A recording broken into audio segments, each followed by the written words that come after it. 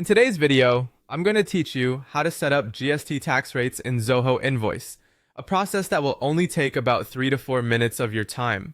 We'll walk through each step together to make sure you understand how to apply the necessary GST settings so that your invoices reflect the correct tax information, ensuring your invoicing complies with any pertinent tax laws.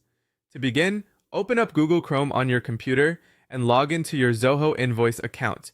If you haven't already done so, make sure you have your login details handy.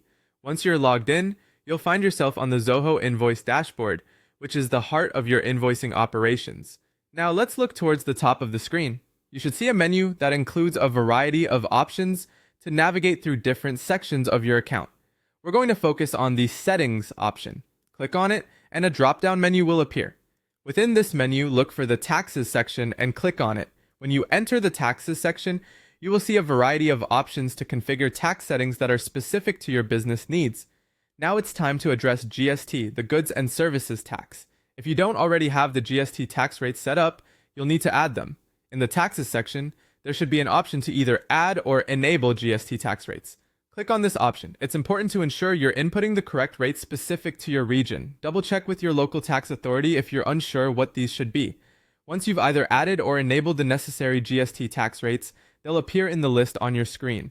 Following that, it's crucial to assign these GST rates to relevant products or invoices. This ensures that when you create an invoice for a product or service that is subject to GST, the appropriate tax is automatically applied. In the same Taxes section, you should see an option to assign the GST you've just configured. You'll want to go through your list of products or types of invoices and make sure that each one has the correct GST rate associated with it.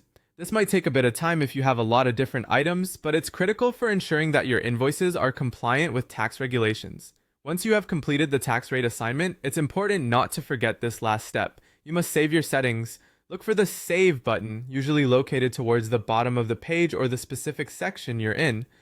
By doing so, you're telling Zoho Invoice to automatically apply these GST settings to future invoices, saving you time and preventing potential headaches down the road.